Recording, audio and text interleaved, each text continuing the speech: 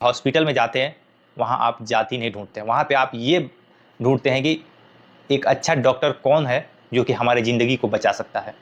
जब आप अपने बेटे को किसी अच्छे स्कूल में एडमिशन कराते हैं, तो वहाँ पे आप ये नहीं पूछते हैं कि हाँ, इसमें किस किस जाति का शिक्षक है। आप ये सोचते हैं कि यह स्कूल में हमारे बेटे का जो फ्यूचर है वो सिक्योर है। लेकिन जब हेलो दोस्तों, कैसे हैं आप लोग? मैं उम्मीद करता हूँ कि आप अच्छे होंगे। रोशन भारत में आपका स्वागत है। आप अगर हमारे वीडियो पर आ गए हैं तो आपसे आग्रह है कि आप 2 मिनट इस वीडियो को ज़रूर देखें।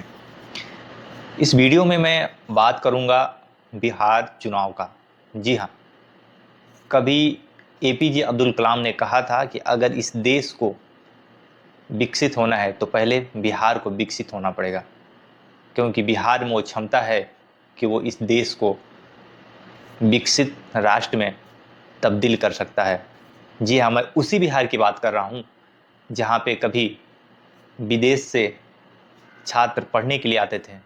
मैं नालंदा का बात कर रहा हूँ, मैं तक्षशिला की बात कर रहा हूँ। जी हाँ, वही नालंदा जो कभी दुनिया भर में शिक्षा का जो ज्योत जलाता था, जो पूरी दुनिया को शिक्षित करने का काम करता था।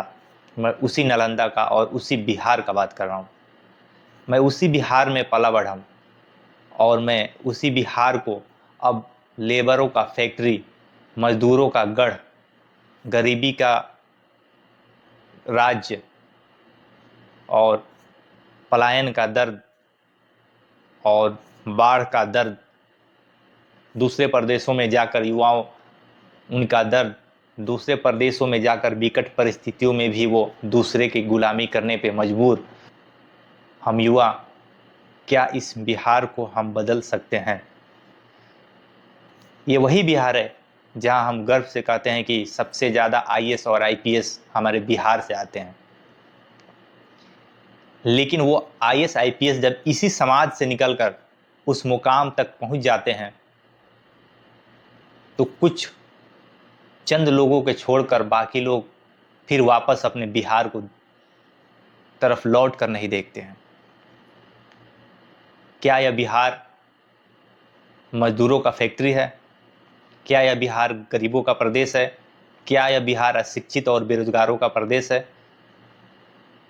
चुनाव आता है दोस्तों, चुनाव कोई ना कोई जीतेगा, कोई ना कोई हारेगा, मुखौटा बदल जाता है, मगर जो हमारी स्थिति है जस के तस है। पलायन हमारे मुकद्दर बन गया है, बेरोजगारी हमारे मुकद्दर बन गई है।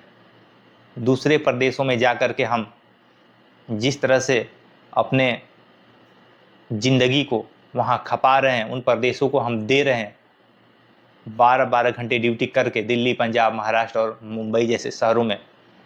लेकिन हमें उसके बदले क्या मिलता है? हमें उसके बदले चंद रुपये मिलते हैं। हम आखिर मजबूर इसलिए हैं दूसरे प्रदेशों में जाने के लिए क्योंकि बिहार में रोजगार नहीं है। बिहार में शिक्षा का स्तर दयनीय है। अगर बिहार में रोजगार होता तो हम युवा दूसरे प्रदेशों में जाने के लिए विवश नहीं होते। हमें अच्छी शिक्षा लेने के लिए दूसरे प्रदेशों में जाना पड़ता है, रोजगार के लिए दूसरे प्रदेशों में जाना पड़ता है। हमारी जो जड़ें हैं वो इतनी खोखली हो चुकी है कि हमारा सुनने वाला कोई नहीं है। जब चुनाव आता है तब हम अपने जाति का नेता ढूंढते हैं। दोस्तों, जाति तब ढूंढनी चाहिए जब आप चुनाव आता है तब हम जाति की बात करते हैं। मैं किसी एक जाति और किसी एक विशेष समुदाय की बात नहीं कर रहा हूँ, मैं पूरे बिहार प्रदेश की बात कर रहा हूँ। यूपी, बिहार, राजस्थान, मध्य प्रदेश, ये जितने सारे हिंदी बेल्ट हैं, ये सारे हिंदी बेल्ट में ही जाति का जो जखीरा है, जाति का खजाना यही है। क्या बिहार बदलेगा? क्या 2025 जो आने वाला विधानसभा का चुनाव है, क्या इस बार बिहार बदलने के लिए आप वोट करेंगे? क्या आप ये सोचकर वोट करेंगे कि बिहार को कौन बदलेगा? क्या आप ये सोचकर वोट करेंगे कि बिहार में पलायन का दर्द को कौन समझेगा, पलायन को कौन रोकेगा?